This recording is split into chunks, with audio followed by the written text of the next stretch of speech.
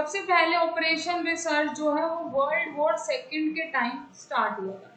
इसकी जो एग्जिस्टेंस है वर्ल्ड वॉर सेकेंड से है। ब्रिटेन की एक टीम थी जिन्होंने एक प्रॉब्लम को सॉल्व किया था मिलिट्री ऑपरेशंस के लिए। वहाँ पे जो युद्ध चल रहा था उसमें उन्होंने मिलिट्री के ऑपरेशंस ऐसे टैकल किए, ऐसी स्ट्रेटजी यूज की। ठीक है, पहले तो आप ऑपरेशन रिसर्च का नाम तो बहुत बाद में आया, लेकिन इसका यूज जो है वर्ल्ड वॉर सेकेंड के टाइम ही स्टार्ट हो गया। बट धीरे धीरे इतना डेवलप होता गया कि ये इंडस्ट्री में भी आ गया, ट्रेड, एग्रीकल्चर, प्लानिंग और अदर फील्ड्स में भी आने लगा। तब से इसका नाम ऑपरेशन रिसर्च रखा गया। बेसिकली जो ऑपरेशन रिसर्च है वो आप देखेंगे दो वर्ड से मिलके बना है। ऑपरेशन का मीनिंग है एक्शन, कोई एक्शन करना किसी इंटरेस्ट के एरिया में, कोई हम काम कर रहे हैं। रिसर्च मतलब एक ऑर्गेनाइज्ड प्रोसेस है इंफॉर्मेशन लेने का। तो अगर मैं ऑपरेशन रिसर्च को मिलाऊं तो आपको एक ऐसी रिसर्च करनी है, एक ऐसा प्रोसेस है, ऐसा आपको एनालाइज करना है इंफॉर्मेशन को कि आपको कुछ उसका आउटपुट मिले, वो भी कैसा आउटपुट, ऑप्टिमाइज आउटपुट हो, या तो मिनिमाइज करे कॉस्ट को या मैक्सिमाइज करे प्रॉफिट को, या फिर टाइम पे भी बात आ सकती है, टाइम को रिड्यूस करे, मिनिमम से मिनिमम टाइम लगाए। तो OR के रिगार्डिंग ऑपरेशन रिसर्च की अलग अलग डेफिनेशंस आपको दी हुई है। सबसे पहली डेफिनेशन मूर्स एंड किम्बल ने दी थी। उन्होंने क्या कहा है कि ये एक साइंटिफिक मेथड है जो executive department with quantitative basis for decision, एक डिसीजन देता है क्वांटिटेटिव बेसिस पे, मतलब कुछ न्यूमेरिकली हम उसको सॉल्व करेंगे और फिर अपने डिसीजन बताएंगे। और किसी और ने कुछ और डेफिनेशन दी है। इस तरीके से डिफरेंट ऑथर्स ने डिफरेंट डेफिनेशन दी हुई है। ये अलग अलग मैथमेटिशियंस, स्टैटिस्टिशियंस हैं जिन्होंने अलग अलग डेफिनेशन दी है। सबका मीनिंग एक ही है कि आपको साइंटिफिक मेथड्स यूज करके एक प्रॉब्लम को सॉल्व करना और इस तरीके से सॉल्व करना है कि आपको ऑप्टिमाइज सॉल्यूशन मिले। ये सारी डेफिनेशंस आप रीड कर लेना, आपको समझ आ जाएगी। बेसिकली ये डेफिनेशन जो इन सभी से जर्नल में हमने लिखी है। डेफिनेशन क्या है? It is a branch of science, ये एक साइंस की ऐसी ब्रांच है जिसमें हम which is concern with the application of scientific methods and techniques. इसमें आप क्या करते हैं, कुछ मेथड्स लगाएंगे, साइंटिफिक मेथड्स और टेक्निक्स लगाएंगे, डिसीजन देंगे प्रॉब्लम्स का और क्या निकाल के लाएंगे, एक ऑप्टिमम सॉल्यूशन निकाल के आएंगे। ऑप्टिमल का मीनिंग यही है कि प्रॉब्लम जैसी उसके अकॉर्डिंग सॉल्यूशन। अगर प्रॉब्लम कॉस्ट की है तो आप मिनिमाइज करोगे, अगर प्रॉफिट की प्रॉब्लम है तो आप मैक्सिमाइज प्रॉफिट करोगे। जो भी प्रॉब्लम है उसके अकॉर्डिंग ऑप्टिमाइज सॉल्यूशन हमें मिल जाएगा। तो आपको करना क्या है, इसके अंदर जस्ट कुछ मेथड्स लगाने हैं, टेक्निक्स लगानी है, प्रॉब्लम को सॉल्व करके एक ऑप्टिमाइज सॉल्यूशन देना। ऑपरेशन रिसर्च आपके लिए यही है। ये यूज कहाँ कहाँ होता है, इसका स्कोप क्या है, कहाँ कहाँ हम इसको आगे यूज कर रहे हैं, किस किस एरिया में ये यूज हो रहा है। तो सबसे पहले हम देखते हैं एग्रीकल्चर में। अगर आप देखेंगे जहाँ पे हमारे पास हर तरफ का फूड सप्लाई किया जाता है, एग्रीकल्चर में होता क्या, आप अलग अलग तरह के क्रॉप्स कर रहे हैं वहाँ पे ग्रो। तो जैसे आप खाद डालोगे तो देखते हैं ना कितनी क्वांटिटी में डाली जाए। अगर ज़्यादा डाल दी तो भी नुकसान हो जाएगा, कम डाली तो अच्छी फसल नहीं होगी।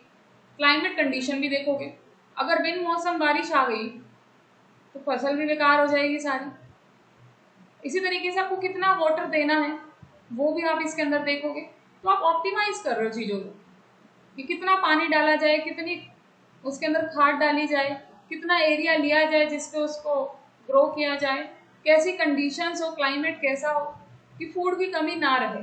तो ये भी तो आपने ऑप्टिमाइज ही किया। तो ये कहाँ चला गया, ऑपरेशन रिसर्च की एप्लीकेशन। एक तरीके से स्कोप है जहाँ हम ऑपरेशन रिसर्च को यूज कर रहे हैं। सबसे पहला पॉइंट है एग्रीकल्चर एरिया में।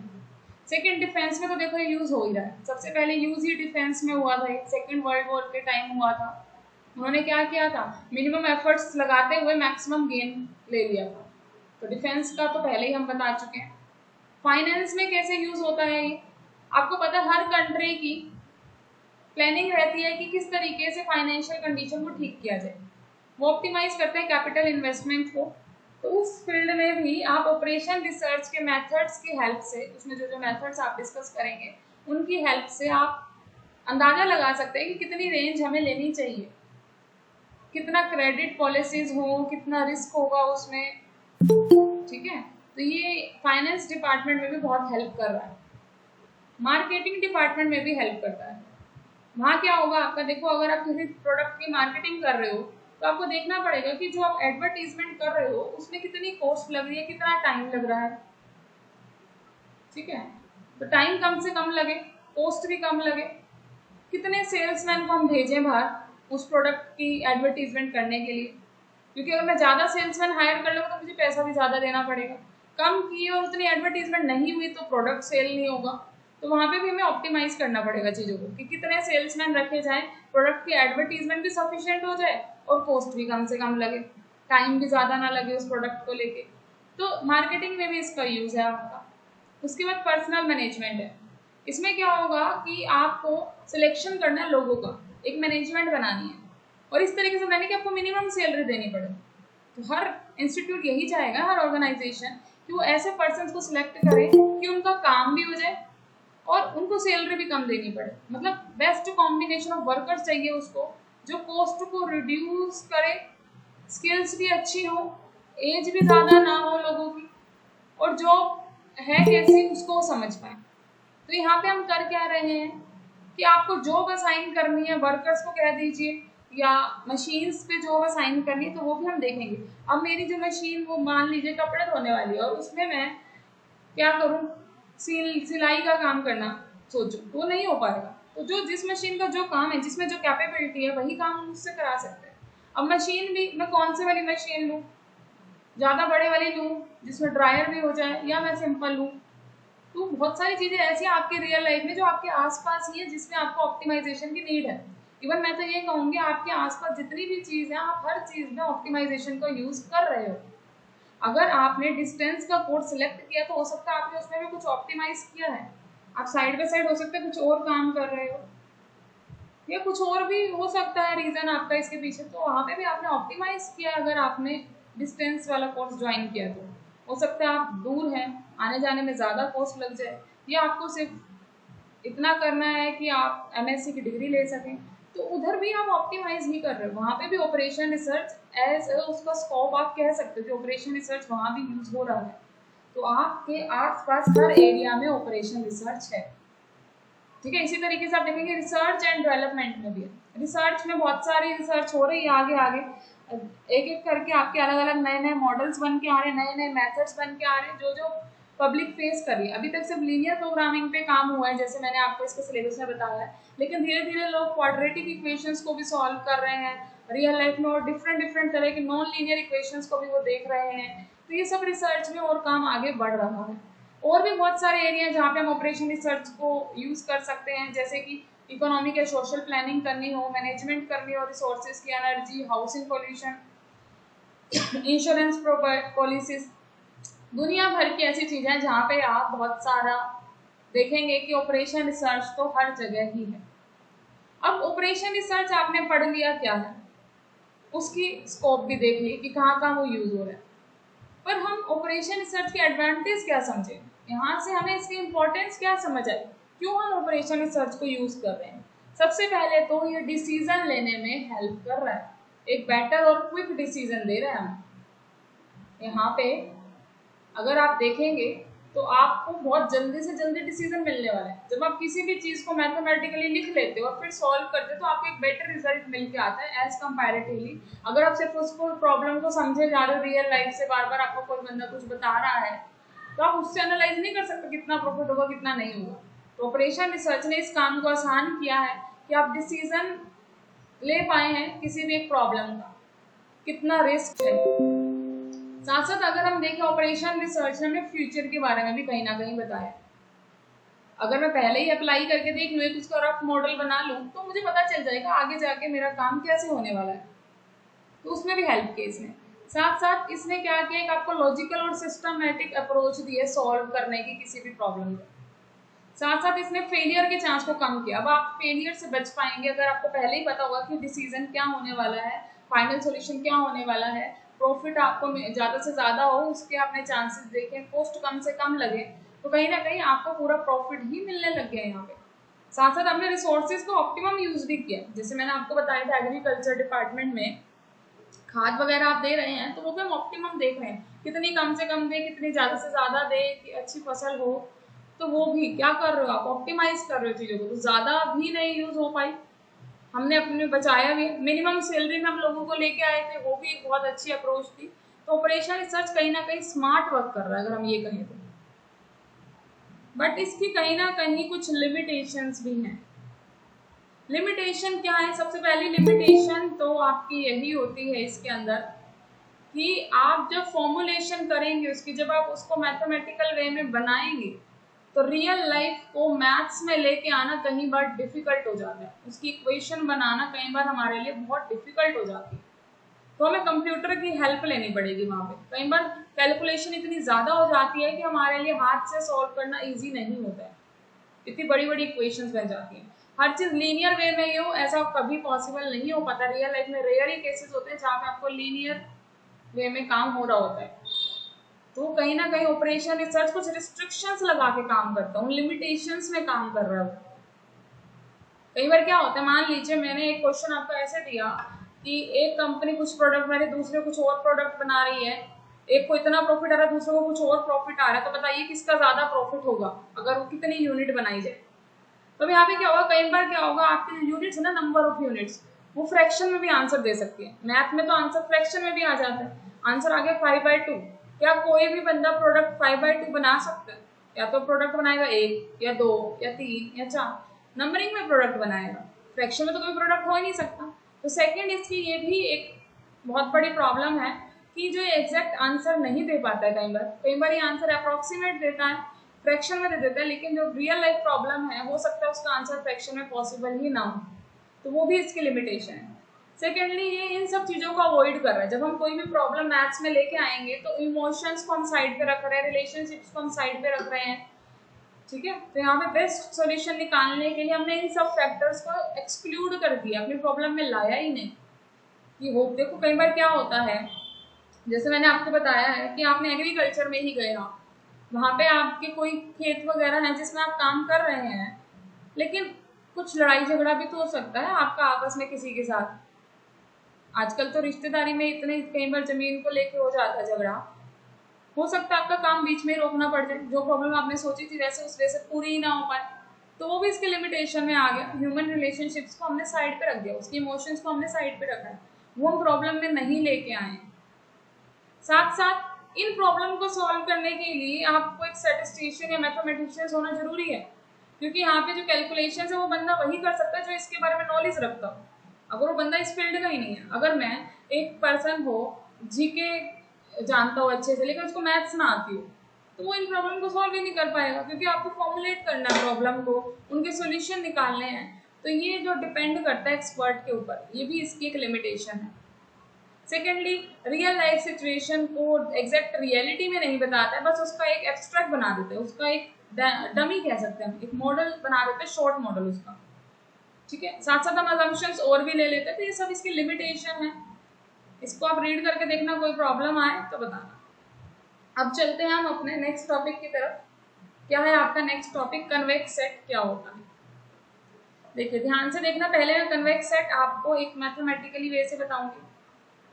मान लीजिए मैंने एक ये सर्कल बनाया, सर्कल भी नहीं, कुछ एक अजीब सी शेप मैंने बनाई है, सर्कल नहीं कहूँगी मैं इसे, कोई भी शेप है ये, एनी शेप। इस शेप के अंदर मैं कोई भी 2 पॉइंट लूँ, उसको ज्वाइन करने वाली लाइन अगर इसी के अंदर ही पूरी तरीके से आ रही है तो ऐसे सेट को हम कन्वेक्स सेट कहते हैं। एक ऐसा सेट कि उस सेट के अंदर से मैं कोई भी 2 पॉइंट लूँ, एनी 2 पॉइंट, कहीं के भी 2 पॉइंट लूँ और उनको ज्वाइन करने पे जो लाइन बनेगी, अगर वो पूरी की पूरी इस सेट के अंदर ही आ रही है, हर 2 पॉइंट को ज्वाइन करने वाली, तो वो सेट क्या बनेगा? आपका कन्वेक्स सेट बनेगा, ठीक है। जैसे कि फॉर एग्जांपल मैंने सेट ले लिया ये वाला, मेरे सेट में सिर्फ ये वाले पॉइंट्स आ रहे हैं जो आपको दिख रहे होंगे, सिर्फ ये सारे पॉइंट आ रहे हैं। क्या आप इस सेट को कन्वेक्स सेट कह सकते हैं? इसके अंदर अगर मैं देखूं, मैंने एक पॉइंट मान लीजिए ये वाला उठा लिया, एक पॉइंट ये वाला उठा लिया इस सेट के अंदर से, लेकिन जो मैंने यहाँ से लाइन बनाई, ये लाइन पूरी की पूरी इस सेट के अंदर नहीं आई है, बाहर चली गई है, तो इसको हम कन्वेक्स सेट नहीं कहेंगे। तो अगर एक भी पेयर ऐसा मिल गया आपको कि वो लाइन पूरी की पूरी उस सेट में नहीं गई है, तो ऐसे सेट को हम नॉन कन्वेक्स सेट कह देंगे, वो कन्वेक्स सेट नहीं है। ठीक है, ये बात तो हुई फिगर को देख के पहचानने की, लेकिन आप क्योंकि यहाँ पे थ्योरेटिकल कंसेप्ट पढ़ रहे हैं, आपको पेपर में लिख के आना है, तो प्रूफ आप इन चीजों का कैसे करेंगे? इस तरह के क्वेश्चंस को अगर आपके चेक करना हो कि गिवन सेट कन्वेक्स सेट है या नहीं है, उसको आप कैसे करेंगे, उसकी तरफ हम बढ़ते हैं।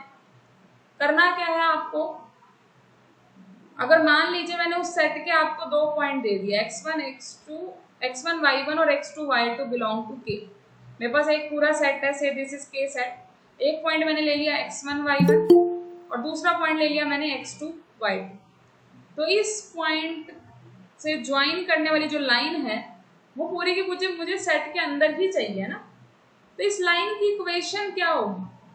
जब 2 पॉइंट आपको कॉर्नर पॉइंट दे रखे हो और उन 2 कॉर्नर पॉइंट से मुझे लाइन के हर पॉइंट बताने हैं क्या क्या आएंगे, तो उसके लिए मेरे पास एक वे है। क्या वे है? मैं एक कह सकती हूँ कि इस लाइन पे आने वाले जो पॉइंट्स है ना, वो ये सब होंगे। क्या पॉइंट है? मैंने लिखा है lambda into x1 1 minus lambda into x2। पहला कोऑर्डिनेट लिए दोनों के, ये भी और ये भी, एक को लैम्डा से मल्टीप्लाई किया, दूसरे को 1 माइनस लैम्डा से। ये बन गया पहला टप्पल, पहला एलिमेंट। दूसरा एलिमेंट अगर मैं देखूं तो lambda into y1 plus 1 minus lambda into y2। ये दूसरा बना दिया, lambda into y1 1 minus lambda into y2। जहां पे आपको लैम्डा को लाई कराना है 0 से 1 तक। इसके अंदर सारे पॉइंट आपके आ चुके हैं, जो मैंने ये लिखा है ना, देखो कैसे आ चुके हैं। जब मैं इसमें लैम्डा की वैल्यू 0 पुट करूंगी, देखो क्या आंसर आ रहा है। 0 पुट किया, ये तो हो गया 0। यहाँ 0 पुट करूंगी, ये बचा सिर्फ x2, तो यहाँ आ गया x2 पॉइंट। यहाँ लैम्डा को 0 पुट करूंगी, ये हो गया 0, ये भी 0, यहाँ बचा y2।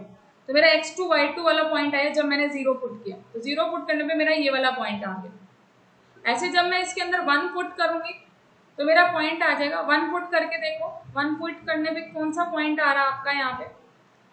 1 पुट किया अगर हमने तो x1 आएगा, यहाँ पे ये 0 हो जाएगा, ये y1 आ जाएगा, तो x1 y1 वाला पॉइंट आ गया, ये वाला पॉइंट आ गया। तो कॉर्नर पॉइंट पुट करने पे तो ये दोनों पॉइंट आ गए। बीच का मैं कोई भी पॉइंट पुट करूँ, से मैंने 1/2 पुट कर दिया लैम्डा को।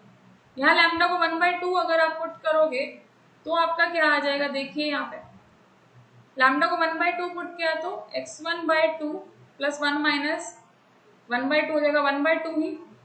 तो इट मीन्स यहाँ पे आ गया x2/2। तो 1/2 पुट करने पे आपके पॉइंट आए x1 प्लस x2/2, पहला पॉइंट। मतलब वो कहीं इनके बीच में आएगा। ये x1 y1 था, ये x2 y2 था, तो x1 प्लस x2/2 बीच में आया। तो अगर आपने ऑब्जर्व किया हो 0 से 1 के बीच में ही सारे पॉइंट आ रहे हैं। 0 पुट करने पे आपका ये वाला कॉर्नर आ गया, 1 पुट करने पे आपका ये वाला कॉर्नर आ गया, बीच के पॉइंट पुट करोगे तो बीच वाले पॉइंट आ जाएंगे। तो यहाँ से हमने क्या सीखा है कि अगर हमें कोई 2 पॉइंट दे दिए जाएं तो उसको ज्वाइन करने वाली लाइन के हम सारे पॉइंट भी बता सकते हैं क्या क्या आएंगे बाय यूजिंग दिस फॉर्मूला। जो फॉर्मूला आपको ये वाला दे रखा है, इसका यूज करके हम लाइन के सारे पॉइंट बता सकते हैं, जैसे आपने देखा। तो हमें यहाँ पे दिखाना क्या था कि अगर मैं कोई 2 पॉइंट सेट के अंदर से लेके चल रही हूँ तो उसको ज्वाइन करने का जोन जोन से पॉइंट आएंगे वो सारे भी कहाँ जाए? के के अंदर ही जाए। उस सेट को हम क्या कह देंगे? कन्वेक्स सेट कह देंगे। यही तो डेफिनेशन हमने कही थी कि उस लाइन पे लाई करने वाले जितने भी पॉइंट है सारे के सारे उसी सेट के अंदर ही रहें। तो वही हुआ हमारा, मैंने 2 पॉइंट लिए x1 y1 और x2 y2 के से, तो उनको जब ज्वाइन किया मैंने तो ये वाले पॉइंट्स आए, ये सारे भी वापस कहाँ जाने चाहिए? के अंदर ही जाने चाहिए। ऐसे सेट को हम क्या कह देंगे? कन्वेक्स सेट कह देंगे। ठीक है, तो कुछ एग्जांपल देखते हैं हम कन्वेक्स सेट के। जैसा पहला सेट इन्होंने आपको ये वाला दिया है, ये सेट आपको क्लियरली दिख रहा है ये कन्वेक्स सेट है या नहीं है।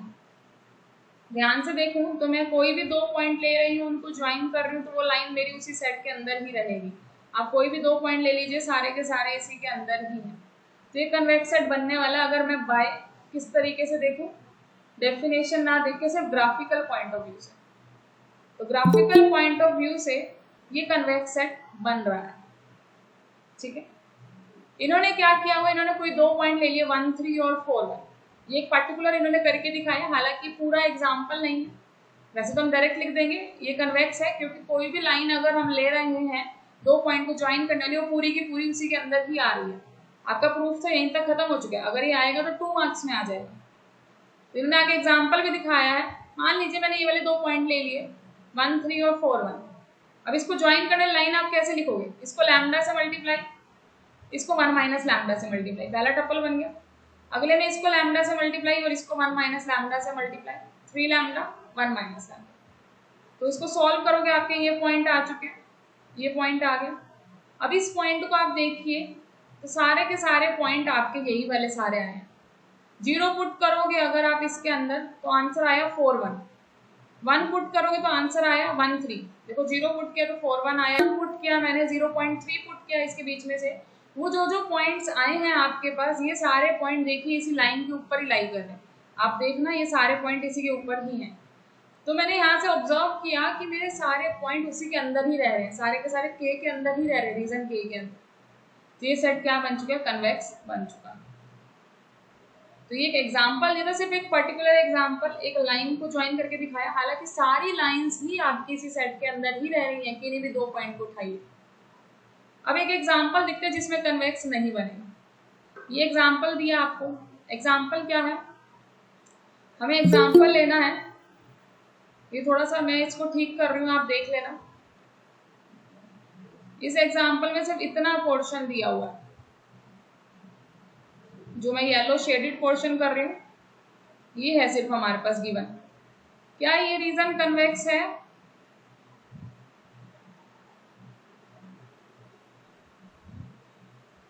अगर आप देखेंगे मैंने एक पॉइंट यहाँ से लिया, एक पॉइंट यहाँ से लिया रीजन के अंदर से, इसको ज्वाइन करने वाली लाइन ये वाली है और ये लाइन पूरी की पूरी रीजन के अंदर नहीं आई है, तो ये क्या हो जाएगा? नॉन कन्वेक्स सेट हो जाएगा। ठीक है। एक और सेट आपको दिया है x² + y² <= 1। अगर मैं ये वाला सेट देखूं तो कैसा सेट है? किसकी इक्वेशन है ये? सर्कल के अंदर की है। 0 0 सेंटर है, रेडियस 1 है। यस। तो आप अगर यहाँ पे देखेंगे तो ये अंदर वाले सारे पॉइंट इसमें दिए, <= 1 बोला है। तो इस सेट को मैंने अभी एक्सप्लेन भी किया था। सर्कल है, अंदर के सारे पॉइंट इसी में रहेंगे, कोई भी 2 पॉइंट ज्वाइन कीजिए। लेकिन हम इसका लॉजिकल प्रूफ चाहते हैं। जैसे मैंने प्रूफ आपको बताया था, कोई भी 2 पॉइंट उठाइए, उसको ज्वाइन करने लाइन भी उसी के अंदर दिखाइए। तो मैंने एक पॉइंट ले लिया x1 y1, दूसरा पॉइंट ले लिया x2 y2। अगर ये पॉइंट इसके अंदर गया है x1 y1 तो इस प्रॉपर्टी को सेटिस्फाई कर रहा होगा, तभी तो इसके अंदर गया है। तो x1 y1 गया है, इट मींस x1² + y1² > 1 है, इसी रीजन के अंदर है वो। दूसरा पॉइंट लिया x2 y2 इसी के अंदर से, वो भी इसी को सेटिस्फाई करेगा। x2² + y2² <= 1। तो ये तो आपको गिवन था। आपको प्रूफ क्या करना है? इसको ज्वाइन करने वाली जो लाइन बनेगी ना, वो भी इस सेट के अंदर जाएगी। इस सेट के अंदर जाने का मतलब है कि उसका जो पहला एलिमेंट था उसका स्क्वायर, उसका जो दूसरा एलिमेंट है उसका स्क्वायर, वो <= 1 बनेगा, तभी तो इस सेट के अंदर जाएगा। तो इसको ज्वाइन करने वाली लाइन आपकी ये वाली होती है। से मैंने इसका नाम दे दिया u1, इसका नाम दे दिया मैंने u2। तो मुझे शो करना है u1² + u2² <= 1। अगर मैंने ये शो कर दिया तो मेरा प्रूफ कंप्लीट हो जाएगा कि ये सारे पॉइंट भी उस सेट के अंदर गए हैं। आप इसमें पुट करना, आप देखेंगे आपका ये आ जाएगा। इसको आप फर्दर कैसे सॉल्व कर सकते हैं? इसकी वैल्यू <= 1 हमारे पास ऑलरेडी थी। ऊपर जो हमारे पास गिवन था, यहाँ पे हमें गिवन था कि <= 1 है, ये भी <= 1 है। तो हम यहाँ पे वाला पुट कर देंगे, ये भी <= 1 तो बचेगा λ², ये भी <= 1 यहाँ बच जाएगा 1 - λ²। इसको थोड़ा सा और सिंप्लीफाई आपको करना पड़ेगा। इसको कैसे सिंप्लीफाई करोगे? अगर मैं इसके स्क्वायर को <= 1 दिखा दूं, अगर किसी नंबर का स्क्वायर <= 1 है तो वो नंबर भी तो <= 1 है ना, तो मैं इसका स्क्वायर करूंगी। आपको स्क्वायर करना है, थोड़ी सी एडजस्टमेंट करनी है। इसमें आप कुछ टर्म ऐड और सब्ट्रैक्ट कर रहे हो। आपने यही वाली टर्म ऐड किया और यही वाली टर्म सब्ट्रैक्ट किया, अगर ध्यान से देखोगे। ठीक है, तो इसको थोड़ी सी एडजस्टमेंट करना और इसका प्रूफ ट्राई करना। ये <= 1 आ जाएगा, तो यहाँ पे आप पुट करोगे, फिर <= 1। जैसे ही पुट करोगे आपका सिंप्लीफाई होके आंसर आ गया, ये पूरा का पूरा <= 1। तो प्रूफ कंप्लीट हो चुके हैं। कन्वेक्स सेटअप आप इजीली शो कर सकते हैं। नेक्स्ट एग्जांपल आपको सेल्फ ट्राई करना है। किसी भी कन्वेक्स सेट के एक्सट्रीम पॉइंट क्या होते हैं? जैसे आपने ये कन्वेक्स सेट बनाया था, तो इसका एक्सट्रीम पॉइंट आप किसको कहेंगे? जैसे ये वाला पॉइंट है जो बिल्कुल बाउंड्री पे आ रहा है और उसको ज्वाइन करते हुए अगर मैं कोई लाइन बनाऊंगी ना तो वो उसी सेट के अंदर नहीं है, तो ऐसे पॉइंट को हम एक्सट्रीम पॉइंट कहते हैं। तो इसके एक्सट्रीम पॉइंट हर बाउंड्री वाला पॉइंट है, क्योंकि इस बाउंड्री पे मैं एक्सट्रीम पॉइंट से कोई भी लाइन बनाऊं तो वो पूरी की पूरी सेट के अंदर नहीं जा रही है, तो ऐसे पॉइंट को हम एक्सट्रीम पॉइंट कहेंगे।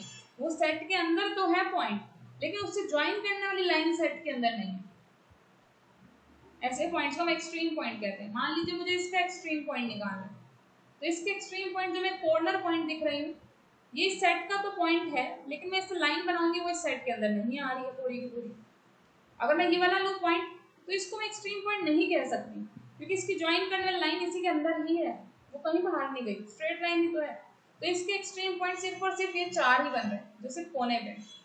तो कोई भी अगर आपके पास पॉलीगन है तो उसके सिर्फ कॉर्नर पॉइंट ही एक्सट्रीम पॉइंट होते हैं, vertex of polygon are the extreme point. लेकिन अगर कोई सर्कल टाइप की शेप है तो उसकी पूरी की पूरी सरकमफ्रेंस पे जो भी पॉइंट आ रहा है वो सारे के सारे ही एक्सट्रीम पॉइंट होते हैं। ठीक है, आगे बढ़ते हैं। ये कंसेप्ट था आपका कन्वेक्स सेट का।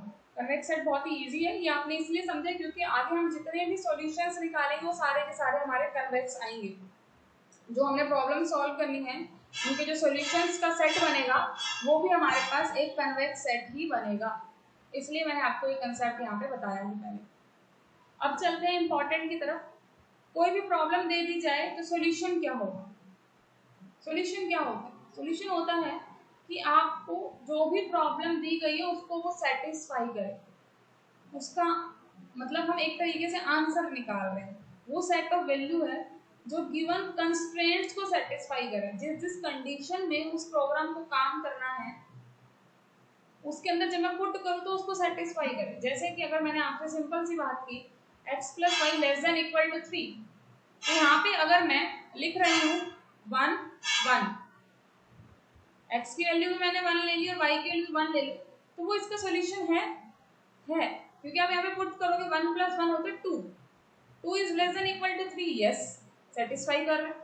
तो ऐसे पॉइंट्स जो गिवन कंडीशंस को सेटिस्फाई करें, गिवन कंस्ट्रेंट को सेटिस्फाई करें, उन पॉइंट्स को, उन वैल्यूज को हम क्या कहते हैं? सॉल्यूशन कहते हैं। अब सॉल्यूशन तो निकल है, अब उन सॉल्यूशन में से फिजिबल सॉल्यूशन किन्हें कहेंगे? फिजिबल सॉल्यूशन सिर्फ और सिर्फ हम उन्हें कहेंगे जो नॉन नेगेटिव भी रहेंगे, कंडीशन को तो सेटिस्फाई करेंगे ही करेंगे। नॉन नेगेटिव का मतलब है या तो 0 या पॉजिटिव, यही हो। जैसे इसका सॉल्यूशन अगर मैं देखूं तो -1 और -1 भी है, इवन -1 -2 भी इसका सॉल्यूशन है। पुट करूंगी तो आंसर आएगा -3 which is less than equal to 3, yes. तो ये इसका सॉल्यूशन तो, लेकिन इसको हम फिजिबल सॉल्यूशन नहीं कहेंगे क्योंकि यहाँ पे हमारा ये नॉन नेगेटिव सॉल्यूशन है। तो नॉन नेगेटिव का मतलब क्या होता है? या तो 0 ही ले लो या कोई पॉजिटिव नंबर ले लो। तो सॉल्यूशन और फिजिबल सॉल्यूशन में सिर्फ थोड़ा सा ही डिफरेंस अगर आप देख पा रहे हैं। सॉल्यूशन तो होता है जो गिवन प्रॉब्लम को सेटिस्फाई करे, फिजिबल सॉल्यूशन क्या होगा? सेटिस्फाई करने के साथ साथ आपको नॉन नेगेटिविटी की कंडीशन भी देखनी है। अगर इनमें से एक भी कंडीशन फेल हो गई, या तो उसने कंस्ट्रेंट सेटिस्फाई नहीं की या वो नॉन नेगेटिव नहीं बना, तो ऐसे सॉल्यूशन को हम इनफिजिबल सॉल्यूशन बोलते हैं। इनफिजिबल सॉल्यूशन मतलब या तो वो कांस्टेंट को सेटिस्फाई नहीं कर रहे हैं या वो नॉन नेगेटिविटी कंडीशन को सेटिस्फाई नहीं कर रहे हैं, ऐसे सॉल्यूशन को हम क्या बोलते हैं? इनफिजिबल सॉल्यूशन बोलते हैं। ठीक है, अब सॉल्यूशन आ गए, लेकिन सॉल्यूशन में से मैं बेसिक सॉल्यूशन चाहती हूँ, सिर्फ बेसिक सॉल्यूशन। तो बेसिक सॉल्यूशन क्या होता है? देखो, मान लीजिए मैंने आपको बहुत सारी इक्वेशन दे दी, x + y <= 5, एक दे दी मैंने x <= 2, y <= 3, और भी कंडीशन लगा दी x y > 0। अब मुझे ऐसा सॉल्यूशन चाहिए जो इन सबको सेटिस्फाई करे, जितनी भी कंडीशन है सभी को सेटिस्फाई करे, मुझे ऐसा सॉल्यूशन चाहिए। अब मैं अगर यहाँ से देखूँ, मेरे पास 1 2 3 बेसिकली 3 इक्वेशन है, ये तो वैसे हमेशा सेटिस्फाई चाहिए ही है, फिजिबल सॉल्यूशन तो हमें चाहिए ही है, ग्रेटर इक्वल टू 0 सॉल्यूशन तो चाहिए ही चाहिए। तो मेन यहाँ पे हमारे पास 3 कंडीशन है, वेरिएबल 2 ही है, देखो तो वेरिएबल 2 है। या फिर ऐसा भी हो सकता था कि मेरे पास सिर्फ एक ही इक्वेशन होती, मान लीजिए मैंने एक ही इक्वेशन दे दी, तो अगर मेरे पास एक ही इक्वेशन है तब भी वेरिएबल 2 ही है। तो यहाँ पे क्या हो रहा है हमारे पास? अगर आपको लीनियर अलजेब्रा आपने पढ़ा होगा पहले बीएससी में भी, वहां पे अगर हमारे पास इक्वेशन कम होती थी और वेरिएबल ज्यादा होते थे तो हमारे पास बहुत सारे सॉल्यूशन आ जाते थे।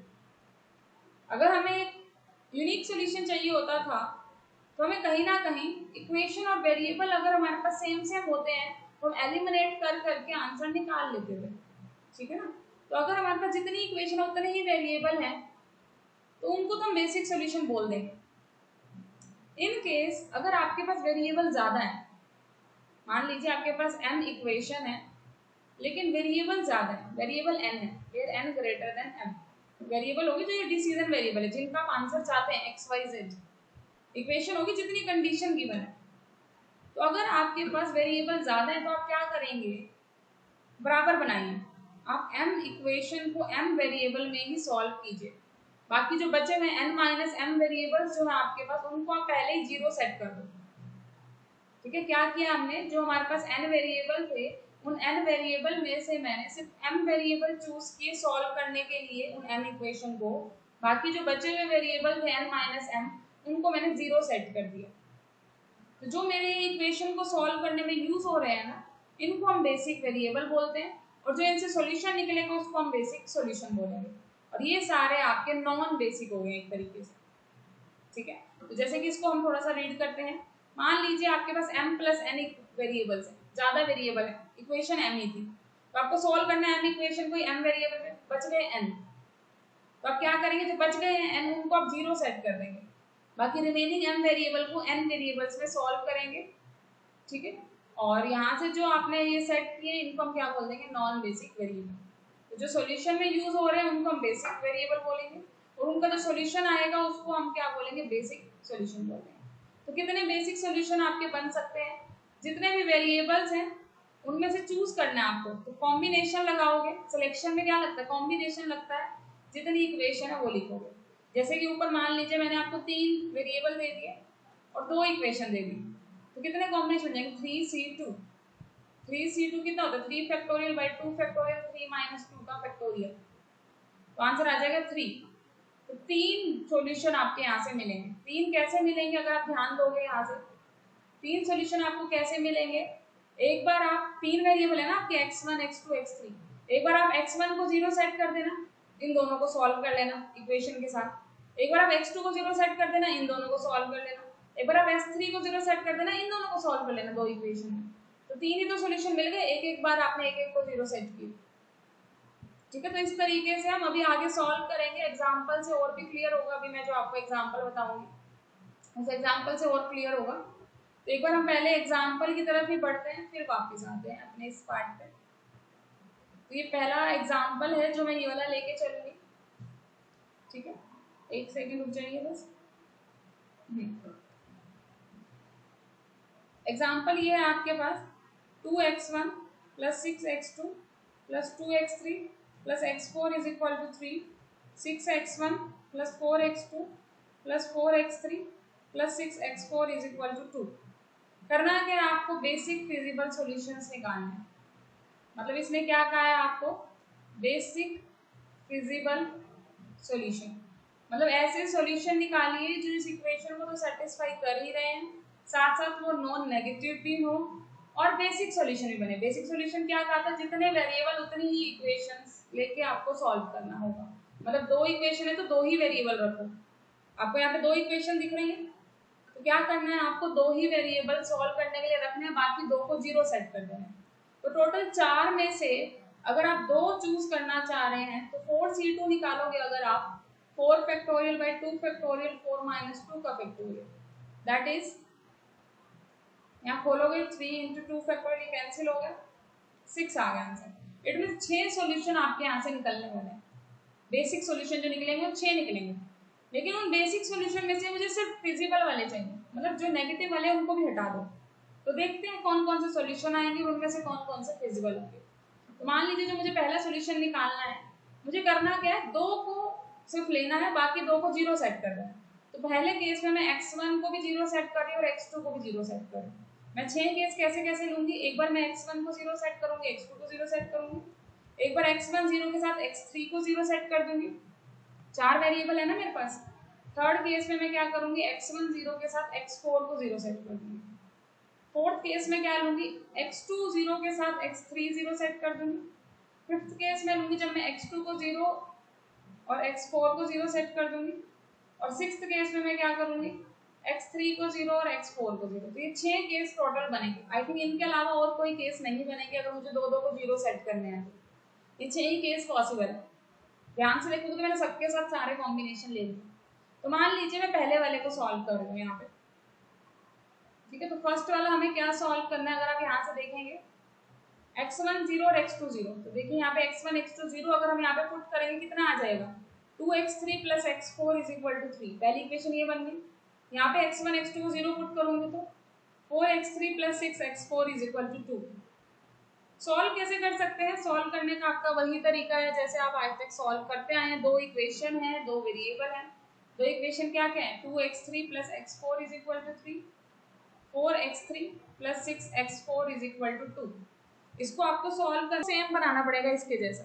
तो मैं 1 को मल्टीप्लाई करूंगी किससे, बाय 2 से। 2 से मल्टीप्लाई करो इसको, 1 को 2 से मल्टीप्लाई करना। 4x3 plus 2x4 is equal to 6। अब ये इसके जैसा बन गया। इसमें से इसको सब्ट्रैक्ट अगर मैं करूंगी या माइनस माइनस माइनस, ये तो इससे कैंसिल हो गया। 4x4 is equal to 2 minus 6 हो गया -4। x4 की वैल्यू आ गई -1। तो आप देख सकते हो x4 की वैल्यू -1 ही है। जब मैं x4 की वैल्यू यहाँ पे पुट कर दूंगी -1 तो मेरे पास आ जाएगा 2x3 इज इक्वल टू -1 को इधर लेके जाओगे +1 4। x3 की वैल्यू आ चुकी है 2। तो आप देख सकते हैं x3 की वैल्यू है 2। इस तरीके से सेकंड सॉल्यूशन निकालने के लिए हमें क्या करना था, x1 को 0 और x3 को 0। अब देख सकते हैं x1 और x3 को जब आप इसके अंदर 0 पुट करेंगे तो बचेगा 6x2 और x4, वही लिखा हुआ है। ऐसे ही 4x2 6x4, दो इक्वेशन है, दो वेरिएबल है, सॉल्व करोगे ये आंसर आ जाएगा। तो इस तरीके से आप 6 केस को अलग अलग सॉल्व कर सकते हैं। तो जब आप इन 6 केसेस को यहाँ पे सॉल्व करेंगे तो ध्यान से देखिए, 6 केसेस सॉल्व करने पे पहले केस में आपको सॉल्यूशन मिला है x1 भी 0, x2 भी 0 था, x3 की वैल्यू 2 आई है, x4 की वैल्यू आई है -1। दूसरे केस में आपको सॉल्यूशन मिला x1 का वैल्यू 0, x2 की वैल्यू 1/2, x3 की वैल्यू 0, x4 की भी वैल्यू 0। तीसरे केस में आपके पास x1 की वैल्यू 0 है, x2 की 1/2 है, x3 की 0 है, x4 की भी 0। ठीक है। इस तरीके से अगर आप देखोगे अभी तक आपको सॉल्यूशन, फिजिबल सॉल्यूशन में ये नहीं आएगा क्योंकि यहाँ पे नेगेटिव आ चुका है, एक आंसर नेगेटिव आ गया। This is not a feasible solution. Basic जरूर है क्योंकि बेसिक का क्राइटेरिया तो यही था कि आपको 2 को 0 सेट करना है। ये बेसिक सॉल्यूशन तो है लेकिन फिजिबल नहीं है, तो इसलिए बेसिक फिजिबल सॉल्यूशन में ये नहीं आएगा। ये वाला बेसिक फिजिबल सॉल्यूशन में आ रहा है लेकिन ये इसके जैसा ही है, तो दो बार क्यों सॉल्यूशन लिखना, हम एक ही बार लिखेंगे। आगे देखते हैं। इसमें नेगेटिव वाला आ गया तो ये भी कट जाएगा, इसमें भी नेगेटिव वाला आ गया ये भी कट जाएगा। ये वाला बचा, ये क्या है, x1 0, x2 1/2, x3 भी 0 और x4 भी 0। तो ये सेम ही आ गया पहले जैसा। तो टोटल आपको सिर्फ और सिर्फ एक ही सॉल्यूशन मिला है। Only basic feasible solution is this. ठीक है। तो इस तरीके से आप इस प्रॉब्लम को भी सॉल्व करके देखना, इसको भी सॉल्व करके देखना, आपके पास हो जाएगा ये वाला कंसेप्ट। ठीक है। अब हम इसके अंदर जो आपका नेक्स्ट चैप्टर है उसमें हम कुछ प्रॉब्लम्स को सॉल्व करना शुरू करेंगे। प्रॉब्लम आपकी लीनियर प्रोग्रामिंग प्रॉब्लम है इसके अंदर, कि हमारे पास अगर कोई रियल लाइफ प्रॉब्लम थी जो लीनियरली कनेक्ट हो सकती है। लीनियरली का मतलब क्या है, जो डिसीजन वेरिएबल आप लोगे जिनका आपको सॉल्यूशन निकालना है वो पावर 1 में ही है। जैसे अभी तक जो मैं इक्वेशन लिख रही थी 3x + 4y ≤ 5, तो यहाँ जो x और y थे इनकी पावर 1 ही थी। ऐसी इक्वेशंस को हम लीनियर इक्वेशंस बोलते हैं। तो ऐसी इक्वेशन से जो आपकी प्रॉब्लम होंगी, जिन प्रॉब्लम में इस टाइप की इक्वेशन होगी, उन प्रॉब्लम को सॉल्व करेंगे हम। उन प्रॉब्लम्स को बेसिकली हम LPP प्रॉब्लम कह रहे हैं, लीनियर प्रोग्रामिंग प्रॉब्लम कह रहे हैं। तो लीनियर प्रोग्रामिंग प्रॉब्लम क्या है, एक मैथमेटिकल प्रॉब्लम है जिसमें आप ऑप्टिमाइज करने वाले हैं, कुछ टेक्निक्स यूज करेंगे, मैक्सिमम और मिनिमम वैल्यू निकालेंगे गिवन फंक्शन की अंडर सम कंडीशन। कुछ कंडीशन होंगी, मतलब क्या क्या आपको गिवन हो सकता है। अगर मैं इसके एक जर्नल उसमें जाऊं प्रॉब्लम में, कुछ इस तरीके की प्रॉब्लम होगी आपके पास। मैं आपको एक बार एग्जांपल दिखाती हूँ कि आपके पास एक फंक्शन होगा जिसको आपको ऑप्टिमाइज करना है, मैक्सिमाइज या मिनिमाइज करना है, जो भी प्रॉब्लम होगी अंडर सम कंडीशन, कुछ कंडीशंस के under, with some non negativity condition, x > 0, y > 0। तो इस तरीके की जो प्रॉब्लम होते हैं उसको हम लीनियर प्रोग्रामिंग प्रॉब्लम कहते हैं। तो इसमें जो बेसिकली मैं एक क्वेश्चन को लेके चल रही हूँ, उसी के अकॉर्डिंगली आप ये सारा थ्योरेटिकल भी रिवाइज कर पाएंगे इजीली। लीनियर प्रोग्रामिंग प्रॉब्लम में आपके पास डिसीजन वेरिएबल होंगे, कुछ वेरिएबल्स होंगे जिसके हमें सॉल्यूशन निकालने होंगे, एक ऑब्जेक्टिव फंक्शन होगा, ऑब्जेक्टिव फंक्शन मतलब जिसको हमें मैक्सिमाइज या मिनिमाइज करना होगा, कुछ कंस्ट्रेंट्स होंगे, कुछ कंडीशन होंगी, साथ साथ आपके नॉन नेगेटिविटी की भी कंडीशन होगी। तो इस तरीके की प्रॉब्लम आप एलपीपी में डील करने वाले हैं। इसके एडवांटेज सेम उसी तरीके से जो एडवांटेज आपकी कहीं ना कहीं ऑपरेशन रिसर्च की थी, आप कनेक्ट करना कहीं ना कहीं सेम ही एडवांटेज और सेम ही लिमिटेशंस हैं। ये अब आपका काम है, आप रीड करके आना। मैं एक क्वेश्चन को लेके चल रही हूँ, ध्यान से पढ़िए क्वेश्चन क्या है। एक इंडस्ट्री है जिसको दो तरह के प्रोडक्ट बनाने हैं, पी और क्यू। एक ही इंडस्ट्री में दो तरह के प्रोडक्ट बन रहे हैं, पी और Q, product P and product Q. और वो दो तरह की चीजें बनाएगा, एक तो मशीन शॉप भी, उसके लिए एक असेंबली शॉप भी। मतलब एक ही प्रोडक्ट को उसको मशीन शॉप पे भी लेके जाना और असेंबली शॉप पे भी लेके जाना। एक तो होता है जो उस प्रोडक्ट को बनाएगा, एक होगा जो उस प्रोडक्ट को इकट्ठा करेगा, उसके सारे पार्ट्स को इकट्ठा करेगा। कहने का मतलब ये है, तो एक ही प्रोडक्ट दोनों ऑपरेशन से जा रहा है, पी भी और क्यू भी। तो पी वाले प्रोडक्ट को मशीन शॉप पे 2 घंटे का काम चाहिए है। मशीन शॉप पे प्री प्रोडक्ट को बनाने में 2 घंटे लगेंगे ही लगेंगे। एक प्रोडक्ट को बनाने में, पी का एक प्रोडक्ट बनाने में 2 घंटे लगते हैं मशीन शॉप पे। मैंने मशीन शॉप के नीचे लिख दिया 2 आवर्स पी प्रोडक्ट के सामने, और 4 घंटे लगेंगे असेंबली शॉप में उसी प्रोडक्ट पी को। जैसे आप देख सकते हैं असेंबली शॉप के अंदर मैंने पी के सामने लिख दिया 4 आवर। प्रोडक्ट क्यू को 3 घंटे चाहिए मशीन शॉप में और 2 घंटे चाहिए असेंबली शॉप में। तो आप यहाँ पे देख सकते हैं 3 घंटे मशीन शॉप में और 2 घंटे असेंबली शॉप में चाहिए। उसके बाद वो कह रहा है कि एक दिन में एक इंडस्ट्री 16 घंटे से ज़्यादा मशीन शॉप पे नहीं दे सकती है। तो मैक्सिमम जो अवेलेबल आर है, मैक्सिमम से मैक्सिमम मतलब इससे कम ही काम करना है, इससे ज़्यादा नहीं कर सकते। मशीन शॉप पे हम टोटल 16 घंटे ही काम कर सकते हैं, चाहे वो आप प्रोडक्ट पी बनाइए चाहे आप प्रोडक्ट क्यू बनाइए। कितने कितने बनाए वो हमें देखना है, आगे जाके आपको पता चलेगा हमें देखना क्या। 22 आवर्स असेंबली शॉप पे लगाने हैं। जैसे आप देख सकते हैं यहाँ पे मैंने लिख दिया कि मैक्सिमम अवेलेबल आर 22 आवर्स है, किसके लिए, असेंबली शॉप के लिए। कह रहा है कि अगर एक प्रोडक्ट वो पी का बनाएगा तो उसको 3 रुपए का प्रॉफिट हो जाएगा। पी के एक प्रोडक्ट से 3 रुपए का प्रॉफिट है और क्यू टाइप के प्रोडक्ट से 4 रुपए का प्रॉफिट है। तो आपको इसकी एलपीपी प्रॉब्लम की मैथमेटिकल फॉर्मेशन बनानी है, और किसके लिए बनानी है, प्रॉफिट को मैक्सिमाइज करना है। तो जो ये आपको प्रॉफिट दे रखा है इसको मैक्सिमाइज करना है। तो अगर मैं कहती हूँ कि मैंने पी टाइप के प्रोडक्ट बनाए एक्स, क्यू टाइप के प्रोडक्ट बनाए वाई, पी के एक यूनिट से 3 रुपए का प्रॉफिट था, तो पी के एक्स प्रोडक्ट से कितने का प्रॉफिट आ जाएगा। अगर एक यूनिट से आपको 3 रुपए का प्रॉफिट है, अगर आपने 10 यूनिट बनाई तो आपको 30 रुपए का प्रॉफिट हो गया, 12 यूनिट बनाई तो 36 रुपए का प्रॉफिट हो गया। ऐसे अगर आपने 50 यूनिट बनाई तो 150 रुपए का प्रॉफिट हो गया। कर क्या रहे हो, मल्टीप्लाई कर रहे हो।